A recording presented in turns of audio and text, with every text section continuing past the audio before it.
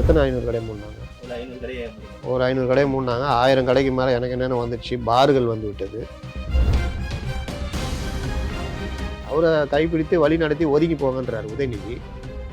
ரஜினி மூலமாக ஒரு இதை கொளுத்தி போடுறாங்க. அவர் பாவம், அவர் ஏதோ இவருடைய ஸ்டாலினுடைய ஆளுமைக்காக அவர் பேசினார். இருந்தாலும் மறுநாளே கோபத்தை காமிக்கிறார்ல துரைமுருகன்.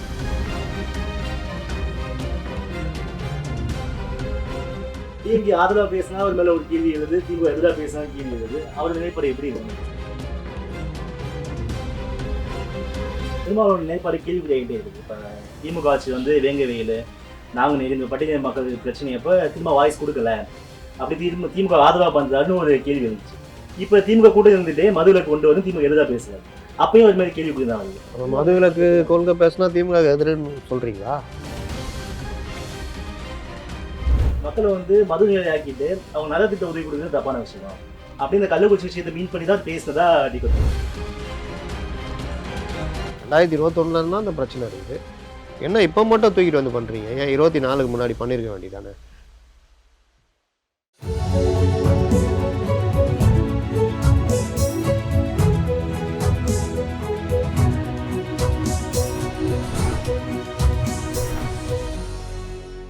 எம்நாடு தொலைக்காட்சி நேயர்களுக்கு வணக்கம். மீண்டும் ஒரு அரசியல் களம் நிகழ்ச்சிக்கு உங்களை வரவேற்கிறேன்.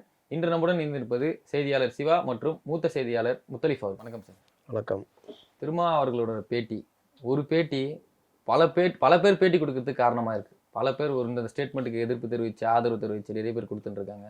திருமா அவர்களோட பேட்டி நீங்கள் எப்படி பார்க்குறீங்க? உங்களோட கண்ணோட்டம். ஒரு பேட்டி 1000 விஷயங்களை கிளப்பிடுச்சு, அப்படி தானே? ஆமாம். அதாவது எல்லாருமே 2 கேள்வி வருது. ஒன்று வந்து திருமாவளவன் திடீர்னு மது ஒழிப்பு கொள்கையை பற்றி பேசுகிறாரு அப்படின்னு ஒன்று. ரெண்டாவது, இது எதுக்கான மாறுதல் அப்படின்ற ஒரு இது ஓடுது. எப்போவுமே திருமாவளவன் வந்து, நான் போன ஒரு இதில் பேட்டியில் ஒரு சொல்லிட்டு வந்தேன், 2016 திமுக ஆட்சிக்கு வரவிடாமல் தடுத்ததில் பெரிய பங்கு திருமாவளவனுக்கு தான் உண்டு. இந்த மக்கள் நல கூட்டணி உருவாகிறதுக்கு அச்சாரமாக இருந்தவர் திருமாவளவன்.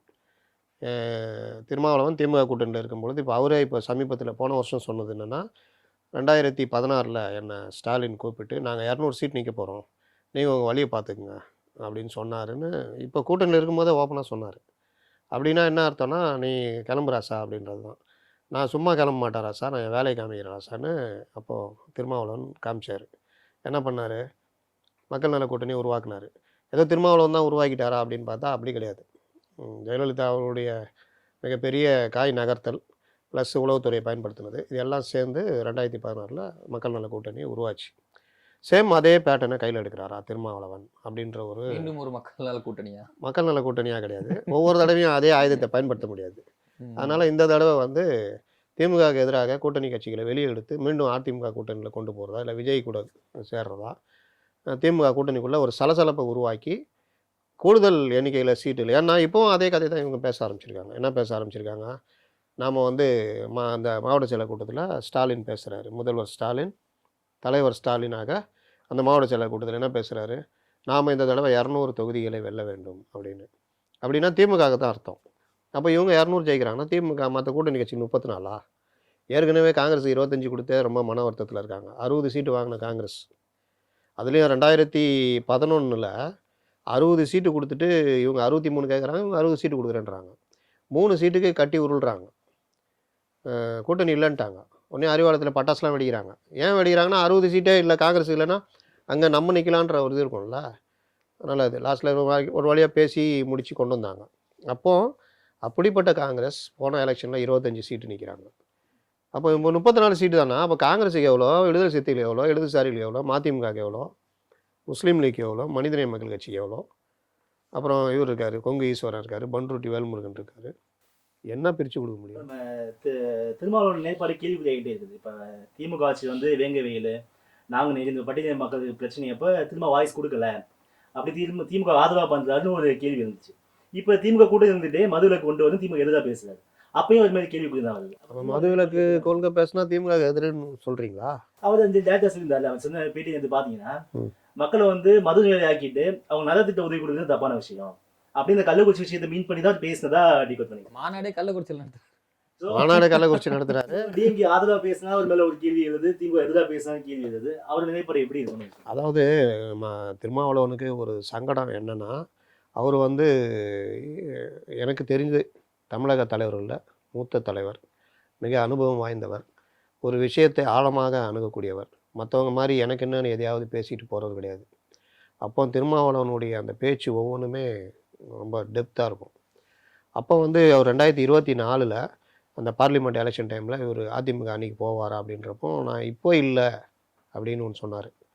ரெண்டாவது, இந்த மதுவிலக்கு மாநாடை 2021 இருந்தால் அந்த பிரச்சனை இருக்குது, என்ன இப்போ மட்டும் தூக்கிட்டு வந்து பண்ணுறீங்க, ஏன் 24க்கு முன்னாடி பண்ணியிருக்க வேண்டியதானே அப்படின்ற கேள்வி வரப்போ, அதை தான் இந்த அரசியல் சூழ்நிலை அப்படின்னு நான் சொல்கிறேன். 2024 பண்ணியிருந்தால் அது வேறு இது, ஏன்னா நீண்ட காலங்கள் ஆட்சிக்கான இது இருக்குது.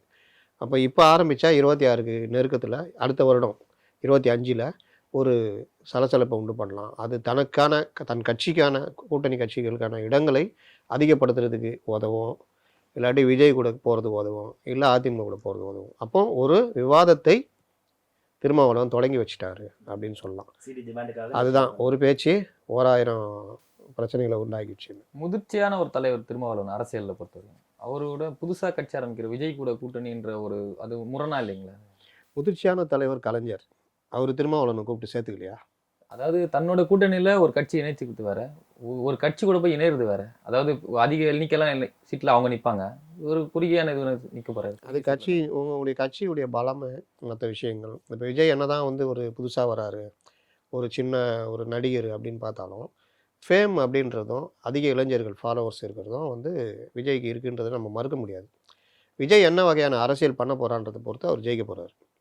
அப்போ அவர் ரொம்ப ஒரு தீவிர அரசியல், ஒரு அக்ரெசிவ் அரசியல், இப்போ ஒரு அண்ணாமலை மாதிரி, ஒரு சீமான் மாதிரி டே டு டே ஆக்டிவிட்டீஸில் இறங்குறாரு, தன்னுடைய கட்சி நிர்வாகிகளை ரொம்ப பலப்படுத்துகிறாரு, வேறு கட்சியிலேருந்து தலைவர்களை தன் கட்சிக்கு இழுத்து ரொம்ப அக்ரெசிவாக கொண்டு போகிறாருன்னா, எனக்கு தெரிஞ்சு எல்லாரையும் ஓட்டப்பந்தயத்தில் ஜெயிச்சு கிட்டத்தட்ட திமுக அதிமுக ஈக்குவலாக வந்து நிற்கிறதுக்கான வாய்ப்புகள் அதிகம். அதை அவர் செய்யலைன்னா வர முடியாது. அப்போ இந்த இடத்துல நீங்கள் வந்து திருமாவுக்கு அந்த மாதிரி வாய்ப்பு இருக்குன்னா இல்லை, விஜய்க்கு அந்த வாய்ப்பு இருக்குது. விஜய்கிட்ட எதிர்பார்ப்பு இருக்குது எல்லாருமே. இப்போ இந்த ஒரு இடத்துக்கு ஒரு மீட்டிங் வந்து விஜய் இங்கே மீட்டிங் போட போகிறாரு கேகே நகரில் அப்படின்னா, அது எப்படி ஜனங்க பிரச்சனை தள்ளுமுள்ளு எப்படி ஆகுமோ, திருமாவுக்கு அந்த அளவுக்குன்னா இவர் வழக்கமான தலைவர் தானே, இவ்வளோ பர்சன்டேஜ் தான்ற மாதிரி பார்க்குற பார்வை தான் இருக்கும். அப்போ இந்த மாதிரி வித்தியாசங்கள் தான் நம்ம பார்க்கணும். அரசியலில் இதெல்லாம் பார்க்க முடியாது. இங்கே நேற்று கட்சி ஆரம்பித்தோம், இன்னைக்கு கட்சி 96ல் காங்கிரஸ்லேருந்து மூப்பனார் உடச்சிக்கிட்டு வர்றாரு. வந்த உடனே அவருக்கு 40க்கும் மேற்பட்ட சீட்டு வந்து கலைஞர் கொடுக்குறாரு.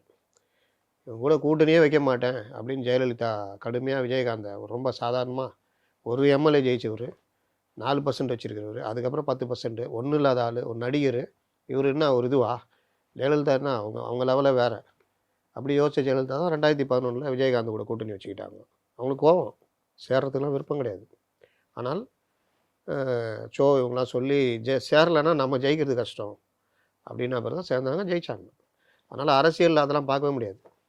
இப்போ திமுக அதிமுக மாதிரியே அமைப்பு ரீதியாக விசிகா தமிழ்நாடு ஃபுல்லாக ரொம்ப ஸ்ட்ராங்காக தான் இருக்குது. இப்போ 2021 எலெக்ஷனில் டிஎம்கே அலைன்ஸில் விசிகா இருந்தப்போ பட்டியல் தலைவர் எங்கிட்ட இருக்காரு, சிறுபான்மை ஆதரவு எங்கிட்ட தான் இருக்குதுன்னு ஒரு ஃபேஸ், ஒரு பர்செப்ஷன் டிஎம்கே கொண்டு வந்தாங்க. அந்த ஃபேஸை இப்போ ஈஸியாக டிஎம்கே விட்டுருவாங்களா? திரும்ப வேண்டாம், ஓகே இவ்வளோ பேசுறாரு அப்படின்னு திரும்ப மாற்றி அந்த தலைவர் இருக்கார், பட்டியலின தலைவர் கூட்டணிக்கு வேணும்னா திரும்ப ஒரு வேலை வெளியேறிட்டார் அப்படின்னா. ஆனால் இவங்க அப்படி இல்லை. எனக்கு தெரிஞ்சு இன்னைக்கு கூட துரைமுருகன் பேசியிருக்காரு, திமுகவுக்கு இளைஞர்கள் தேவை, கட்சி அடுத்த கட்டம் நகரணும்னா இளைஞர்கள் இருக்கணும். ஆனால் இளைஞர்களே இருக்கணுமா அப்படின்னு பார்த்தா, கட்சிக்காக உழைத்தவர்கள், உதவி வாங்கியவர்கள், ஓடாய் போனவர்களையும் இது பண்ணணும். அப்படின்னா என்னென்ன அர்த்தம்னா, தம்பிங்களா நீங்களாம் வரணும், எங்களை நீங்கள் எப்படி ஒதுக்குது சரியாக இருக்கும், எங்களுடைய அனுபவத்தில் இருந்து உங்களுடைய வேகத்தை இது பண்ணால் தான் அந்த கட்சி அடுத்த கட்டத்துக்கு நகரும். இதுதான் உண்மை. அனுபவம் சொல்கிறாருங்களா மறைமுகமாக? வேறு யாரை சொல்லுவார்? திருமாவளவனையா சொல்லுவார்? அவரை கைப்பிடித்து வழி நடத்தி ஒதுங்கி போங்கன்றார் உதயநிதி. ரஜினி மூலமா ஒரு இதை கொளுத்தி போடுறாங்க. அவர் பாவம், அவர் ஏதோ இவருடைய ஸ்டாலினுடைய ஆளுமைக்காக அவர் பேசினார். இருந்தாலும் மறுநாளே கோவத்தை காமிக்கிறார்ல துரைமுருகன். கோவத்தை காமிக்கிற அன்னைக்கே பொறியாளர்கள், திமுக பொறியாளர்கள் அணி மீட்டிங்கில் உதயநிதி கைப்பிடித்து வழி நடத்தி, என்னது கைப்பிடித்து வழி நடத்தி ஒதுங்கி போங்கன்ற மாதிரி அவர் பேசுகிறாரு. நேருவை ஒதுக்குறாங்கன்னு கிளீனாக தெரியுது.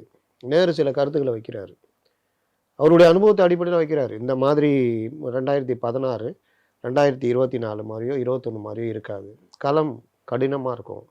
இதே கூட்டணிகள் நம்மளோட வருவாங்கன்னு சொல்ல முடியாது. அப்போ அவருக்கு தெரியுதுல்ல, விஜய் வரப்போகிறாரு, சீமான் இருக்கிறாரு, பாமக நம்ம என்ன நன்மை செஞ்சாலும் நம்மளை திட்டிகிட்டு இருக்கிறாங்க. இது மூணுமே ஓட் பேங்க்கு. அப்போ நமக்கு சிக்கல் இருக்குது, இதெல்லாம் பார்க்கணுன்றாங்க. ஏன் இதை போய் சொல்கிறாரு அவர் ஊழியர் கூட்டத்தில்? எல்லாமே இல்லை, ஆல் இஸ் வெல், நல்லா இருக்கிறோம், ரேஸ் நடத்தியிருக்கோம், அதை பண்ணுறோம் இதை பண்ணுறோம். கூட இருக்கிறவங்களாம் என்ன சொல்கிறது, தலைவரை சூப்பராக இருக்குது, எங்கே போனாலும் உங்களை பற்றி தான் தலைவரை பேசுகிறாங்க. அடுத்து யங்ஸ்டர்ஸ்லேருந்து எல்லாம் அது பாருங்கள், ட்விட்டரை பாருங்கள் அப்படின்னு. ட்விட்டரில் யார் இருக்கிறா? ஃபுல்லாக இவங்க ஆளுங்களை வச்சு போட்டுக்கிட்டு இருக்கிறாங்க. அப்போ இந்த மாதிரி கருத்துக்கள் புது இதெல்லாம் பார்க்கும்பொழுது எல்லாம் இது நம்ம 200 ஜெயிக்கலாம் அப்படின்ற இதை தான் வேண்டாம், இது வந்து சரியில்லை அப்படின்னு பார்க்குறாங்க. நீங்கள் கேட்ட அந்த திருமாவளவனை ஒதுக்குகிறார்கள், இவங்க ஏன் அது கண்டுக்கலன்றது காரணம் அதுதான். அப்படி ஒரு எண்ணம் இருந்தால் வச்சுக்குவாங்க கூட்டணி. அதான் கலைஞர், அவருடைய பலம் அவருக்கு தெரியும். ஒரு தடவை KN பேட்டியில் சொல்கிறாரு, 2011 எலெக்ஷன் கலைஞர் அப்படி வந்து திருச்சிக்கு வரும்போது எப்படி இருக்குது அப்படின்னு கேட்குறாப்புல நேருக்கிட்ட. நேரு சொல்ல, தலைவரை எல்லாம் நல்லா இருக்குது, நம்ம தொகுதியில் பிரமாதமாக இருக்காதுன்னு. இல்லை அப்படிலாம் இல்லை, நம்ம ஒரு 20க்கு 23 சீட்டு ஜெயிப்போம் தான் சொல்கிறாங்க, கொஞ்சம் உன் தொகுதியே பார்த்துக்கோ அப்படின்னு கலைஞர் சொன்னார்னு. உண்மைகளை ஏற்றுக்கொள்கிற பக்குவம். அப்போ யதார்த்தம் என்ன இதுதான். அப்போ கூட இருக்கிற அடிப்படிங்கன்னா சொல்லும், அண்ணன் சூப்பர்ண்ணா யாரும். இப்போ நேருவே என்ன சொல்கிறாரு, தலைவரை செம்மையாக இருக்குது தலைவரை நம்ம தொகுதிலாம் அப்படின்னு. அப்போ அந்த எண்ணம் இருக்குல்ல, அந்த இதை வந்து ஏற்றக்கூடாது. தலைவன் 10 இடத்துல கேட்கணும், பேப்பர் படிக்கணும், பேப்பர் கட்டிங்ஸ் அனுப்புவாங்க அதை பார்க்கணும், உளவுத்துறை ரிப்போர்ட் வாங்கணும், எதிர்க்கட்சி தலைவர்கள் பேசுகிறத கவனிக்கணும், காது கொடுத்து வாங்கணும், பத்திரிகை இவங்க இருப்பாங்க எடிட்டர்ஸ், அவங்கள்ட்ட பேசணும். இதெல்லாம் பேசும்போது நமக்கு ஒரு கருத்து வரும், அதில் இருந்து சிந்திச்சு கட்சியை வழி நடத்துகிறவன் தான் தலைவன். இப்போ அமைச்சர் நேரோட கருத்து இப்போ வேற எதுவும் புரிஞ்சுக்கிட்டோம்னா, இப்போ 2021 மாதிரி 2026 ஈஸியாக இருக்குது, அது ரொம்ப கஷ்டமாக இருக்கும். ஸோ அதுக்கு மூத்தவரை நாங்கள் இருந்தாகணும், எங்களை ஒதுக்கிட்டீங்கன்னா 2020 ரொம்ப கஷ்டம், அந்த மாதிரி மீன் பண்ணுற மாதிரி வச்சுக்கலாமா? எங்களை நீங்கள் ஒதுக்கிட கூடாது. ரெண்டும் தான். ஒரு கட்சின்றது அவர் என்ன சொல்கிறாரு, இப்படி இருக்காதுன்னா எங்கள் கருத்து இதுன்றாரு. அவங்க கருத்தை கேட்கணும், மதிக்கணும். அது எங்கே வெளிப்படும்? கட்சியில் நீங்கள் அடுத்த கட்டம் வேட்பாளர் போடுறது, கூட்டணி பேச்சுவார்த்தை நடத்துறது, அதில் கொஞ்சம் முன்ன பின்ன இருக்கும்போது அட்ஜஸ்ட் பண்ணி கூட்டணிக்குள்ளே வச்சுக்கிறது. நீங்கள் பார்த்தீங்கன்னா ஒரு சின்ன விஷயத்தில் கூட்டணி உடைச்சிட்டு வெளியில் போனதுலாம் நடந்திருக்கு.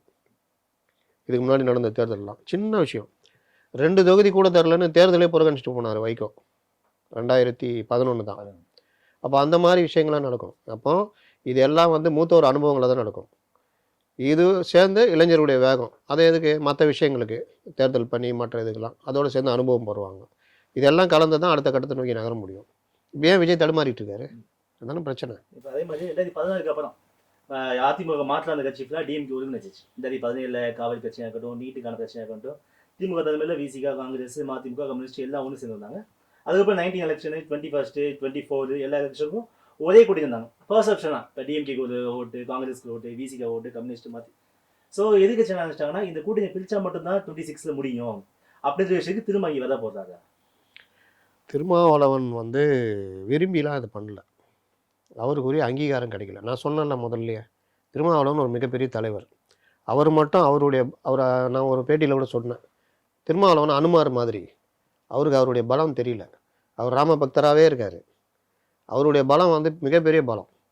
அவர் வந்து என்ன பண்ணுறாரு, ஒன்று திமுக இல்லை அதிமுக இப்படி தான் போகிறார். மற்ற கட்சி புரிஞ்சுக்கலாம் விடாம வச்சுருக்காங்க. இருக்கலாம், அப்படியே இருக்கும். அது ஒரு காலத்தில் சொன்னார் கலைஞர், நாங்கள் கம்யூனிஸ்டுகளை வளர விடாமல் பார்த்து கொண்டேன். அது உண்மை தான். ஏன்னா இடதுசாரி இயக்கங்களும் திராவிட இயக்கமும் தான் 50களில் பெரிய அளவில் இருந்தாங்க. இடதுசாரி இயக்கங்கள் அப்படியே திராவிட இயக்கத்திலேருந்து அந்த திமுக அப்படியே தலையெடுத்தது. அதில் வந்து நடிகர்கள் எல்லாம் உள்ளே வந்தாங்க அதில். அப்போ அதோடைய விளைவு தான் காங்கிரஸை வீழ்த்தி திராவிட இயக்கம் வந்ததை தவிர இடதுசாரி இயக்கம் ஒன்றுலாம் போச்சு. அந்த மாதிரி நீங்கள் வந்து இங்கே பட்டியலின தலைவர்களை வந்து நீங்கள் ஒரு ஓரம் கட்டி வைக்கிறது, பொது தொகுதி அவங்களுக்கு கொடுக்குறதில்ல, இப்படிலாம் நடத்துறது என்ன ஆகும்னா, நீங்கள் இங்கே அவங்க எப்போவுமே கூட இருக்கிற ஒரு கட்சி மாதிரி ஆகும்.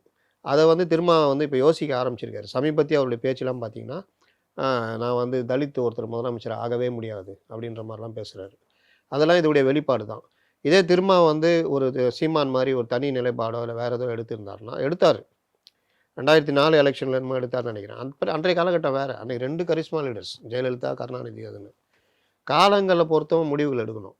வைகோ 96ல் வந்து ஜெயலலிதாவுக்கு எதிராக பெரிய இது ரஜினி மூப்பனாரெலாம் இருக்கும்போது வைகோ கட்சி ஆரம்பித்து காற்றுல ஒன்றும் இல்லாமல் போனார், 4 சீட்டு தான் ஜெயிச்சார். அந்த மாதிரி ஆகிடக்கூடாது. அப்போ அதெல்லாம் யோசிச்சு தான் அவர் கட்சி நடத்துறாரு. கரெக்டாக நடத்துனாருன்னா பீகாரில் ராம்விலாஸ் பாஸ்வான் இந்த மாதிரி அவர் ஒரு தனித்துவ தலைவராக மாறலாம்.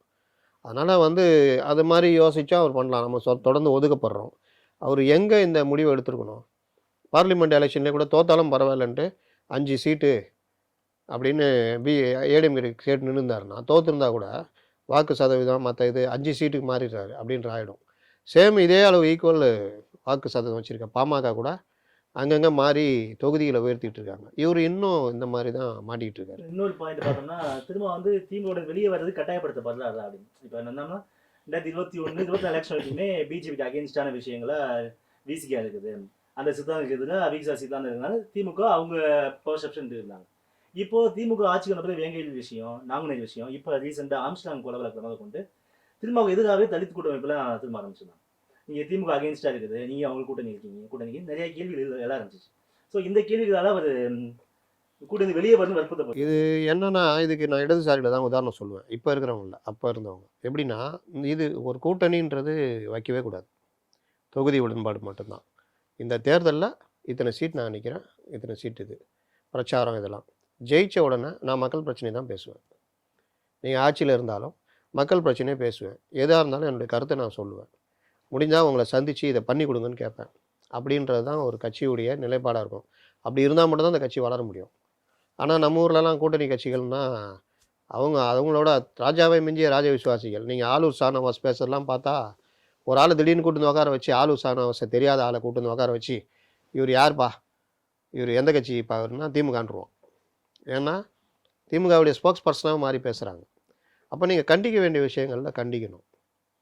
கடுமையான கூற வேண்டிய விஷயங்களில் கடுமையான கூறணும். அறிக்கை விட வேண்டிய விஷயம் விடணும். ஏன் இடதுசாரிகள் மேலே இவ்வளோ பிரச்சனை? சங்கரையா இருந்த காலத்துலலாம் கலைஞர் அறிக்கையை விட்டுட்டார். இவர் இருக்கிற வரைக்கும் இனி மார்க்சிஸ்டோட கூட்டணி இல்லைன்னு அந்த அளவுக்கு தொல்லை கொடுத்தாரு. நீங்கள் அதுதான் உங்கள் வேலை. மக்களுக்கு பேசணும், மக்களுக்காக நிற்கணும். நின்னீங்கன்னா உங்கள் மரியாதை வளரப்போகுது. சீமான் அந்த வேலையை பண்ணுறாரு. ஆனால் கூட்டணி அரசியலுக்குள்ளே வர முடியல அவரால். ஏன்னா அவர் ஒரு ஸ்டாண்ட் எடுத்துட்டார், அதனால் வர முடியல. ஆனால் அந்த பேசும்போது மதிப்பு இருக்குல்ல, மரியாதை இருக்குல்ல. யங்ஸ்டர்ஸ் பின்னாடி போகிறான்ல. அண்ணாமலை பண்ணுறாருல. என்ன ஒன்று, அண்ணாமலை அங்கே 2 அடி அடிக்கும்போது இங்கே 2 அடி அடிக்கிறாரு. அதனால் அந்த கூட்டணி மொத்தமாக கலாஞ்சிடுச்சு. அவரும் ஒரு லீடர்ஷிப் குவாலிட்டிக்கு ஆள் கிடையாது. ஆனால் என்ன செய்யணுன்றதை செய்கிறார். இதுதான் வித்தியாசம். திரும்பக்கிட்ட அந்த பிரச்சனை இருக்குது. சில இடங்களில் கம்முன்னு மென்மையாக போகிறார். வேங்கை வயல்லாம் மென்மையாக கடுமையான எதிர்ப்பு காமிச்சிருக்கணும். காமிச்சிருந்தா இவங்களும் பயந்துருப்பாங்க, நடவடிக்கை வந்திருக்கும். இவர் மேலே மரியாதை இன்னும் கொஞ்சம் கூடி. அது என்னங்க கலந்தவனை கண்டுபிடிக்கிறதுக்கு என்ன பெரிய விசாரணை? அது உட்காந்து விசாரணை போகும்போது பேச ஒன்றா நீட்டை பற்றி எதுக்கு பேசுகிறீங்க? அதுவும் சுப்ரீம் கோர்ட்டில் இருக்க தான் செய்யுது. அதனால் மக்கள் பிரச்சனை சார்ந்த பிரச்சனைகளை உங்கள் கருத்தை சொல்ல போகிறீங்க. அந்த விசாரணைக்கு எதிராக நீங்கள் சொல்ல போகிறீங்க. கள்ளக்குறிச்சி மாணவ விவகாரம் இருக்குது. போராட்டம் வேறு, அடையாளப்பூர்வமான போராட்டம் வேறு. சும்மா ஒரு வள்ளூர் கூடத்தில் போட்டு பேசிட்டு போயிடுதா, போங்கப்பா ரைட் ஓகே நாங்களும் பண்ணிட்டோம் அப்படின்னு. அது கிடையாது. இல்லை, ஒரு இயக்கத்துக்கு நீண்ட போராட்டம், அந்த இதில் என்ன சக்ஸஸ் பண்ணுறீங்கன்றதை கொடுத்தா அவங்களுக்கு மரியாதை இருக்கும். அதை வச்சு தான் அவங்க திரும்பி பார்ப்பாங்க. இப்போ அதிமுக பாயிண்ட் ஆஃப் வியூ, திருமாவோட கருத்து, திரும்ப ஒரு வேளை அதிமுகவுக்கு வரலாம்ன்ற விருப்பப்பட்டாலும் அதிமுக பாயிண்ட் ஆஃப் வியூ இருக்குல்ல. ஏன்னா திரும்ப பாஜக பாமக இல்லாத அணிகளில் தான் இடம் பெறுவோம்னு சொல்லியிருக்காரு. ஒருவேளை திரும்ப வரும் பட்சத்தில் பாஜக பாமக இவங்களை தவிர்க்கிறதுக்கு அதிமுக தயாராக இருக்குமா? ஒருவேளை அவங்க கூட்டணிக்கு வரும் பட்சத்தில்? இப்போவே அப்படி தானே இருக்குது. இப்போ கூட ஒரு சமீபத்தில் திருமாவுக்காக இவங்க 2 பேரையும் புறந்தள்ளுறதுக்கு அதிமுக என்ன திருமாவுக்காக போன வாரம் கூட சொன்னார். இவங்க பாஜக வந்தால் கூட நாங்கள் சேர்ற மாதிரி ஐடியா இல்லை, எங்கள் தலைவர்களை அவ்வளோ அவமானப்படுத்துகிறாங்க, எங்களை அவமானப்படுத்துகிறாங்க, கொஞ்சம் கூட ஒரு இது இல்லை அப்படின்னு இப்போவும் சொல்கிறேன். பாஜக சைடில் கடுமையாக ட்ரை பண்ணிகிட்டு இருக்காங்க. பாமக சார், பாமகலாம் நீங்கள் கணக்கில் வச்சுக்காதீங்க. அவங்க திடீர்னு நீங்கள் 2019 எலெக்ஷன் இங்கே அன்புமணி பேசிகிட்டு இருக்காரு, டிஎம்கே அணியில் பாமக வந்துடும் அப்படின்னு எல்லாருமே எதிர்பார்த்துக்கிட்டு இருக்கிறோம். கிட்டத்தட்ட 7 சீட்டு என்னமோ பேசி உறுதியானி காலையில் நாங்கள் சொல்கிறோம் அப்படின்னு அப்பாட்ட பேசி சொல்கிறோன்ற மாதிரி தகவல் எங்கள்லாம் வருது. கிட்டத்தட்ட முடிஞ்சிடுச்சின்னு நினைக்கிறோம். காலையில் பார்த்தா எல்லாம் லீலா பேலஸ் ஹோட்டலில் அதிமுகவோட சைன் பண்ணிட்டு நிற்கிறாங்க. என்ன சொல்லுவீங்க? அதனால் அவங்கள பாமக நீங்கள் எந்த பாமகவுடைய பிரச்சனையே காரணமே இதுதான். அவங்க ஒரு ஸ்டாண்டில் நின்றுருந்தாங்கன்னா இன்றைக்கி பாமகவுடைய இதுவும் வேறு. அவங்க இந்த மாதிரி மாறி மாறி அந்த டைமுக்கு முடிவெடுக்கிறதுனால தான் அவங்களுக்கும் சிக்கல் வருது. கொள்கைக்காக மாற்ற மாற்றம் பண்றாங்க. கொள்கைலாம் ஒன்றும் கிடையாது. என்னங்க கொள்கை? இவங்களோட கொள்கை, அவங்களோட கொள்கை. அதெல்லாம் ஒன்றும் கிடையாது. அந்த டைமில் திடீர்னு முடிவெடுத்து போகிறது. நீங்கள் ஏடிஎம் கூட நிற்க வேண்டியதானே இந்த தடவை. திமுக வீழ்த்தப்பட வேண்டும். இந்த கூட்டணி வீழ்த்தப்படணும்னா உங்களுக்கே தெரியும்ல. பாமக, ஏடிஎம்கே, தேமுதிக எல்லாம் சேர்ந்து இருந்தாங்கன்னா அதிமுகவுக்கு இந்த அளவு ஒரு வீழ்ச்சி வந்திருக்காது. கிருஷ்ணகிரி இதிலெல்லாம் தருமபுரிலாம் ஜெயிச்சுட்டு இருக்கலாமே. உங்களுக்கு பாமகவுக்கும் சீட்டு கிடச்சிருக்கும். 2-3 எம்பியாவது கிடச்சிருப்பாங்க. அப்போ இது எல்லாத்தையும் அப்போ என்ன முடிவு எடுக்கிறீங்க நீங்கள்? அதனால் இவங்க எப்போவுமே இதுதான் பிரச்சனை. திமுகவோட 2019 ஜெயிச்சிருந்தா 7 எம்பி அடிச்சிருக்கலாம். பெரிய கட்சியாக அவங்களுக்கு ஒரு டாமினேஷன் கட்சியாக மாற்ற முடியும்ல. அதே கூட்டணி அப்படியே 21 தொடர்ந்துருந்தா ஒரு 20 எம்எல்ஏக்கு நின்று இருந்தால் அதுவும் நல்லா ஜெயிச்சிருக்கலாம். அப்போ அவங்க வந்து காலத்துக்கு மழை பெய்யும் போது மாவு விற்கிறாங்க, காற்றடிக்கும் போது மாவு விற்கிறாங்க, மழை பெய்யும் போது உப்பு விற்கிறாங்க. ரெண்டுமே ஒத்து வராது. அதுதான் பிரச்சனை. Okay sir. அரங்கத்துக்கு வந்து பல கேள்விகளுக்கு தங்களுடைய கருத்துக்களை பதிவு செய்வதற்கு நன்றி சார். நன்றி. பாதகம் செய்பவரை கண்டால் நாம் பயங்கொள்ளலாகாது பாப்பா. மோதி மிதித்து விடு பாப்பா, அவர் முகத்தில் உமிழ்ந்து விடு பாப்பா. அண்மை செய்திகளை உடனுக்குடன் தெரிந்து கொள்ள இணைந்திருங்கள் இயம்நாடு தொலைக்காட்சியுடன்.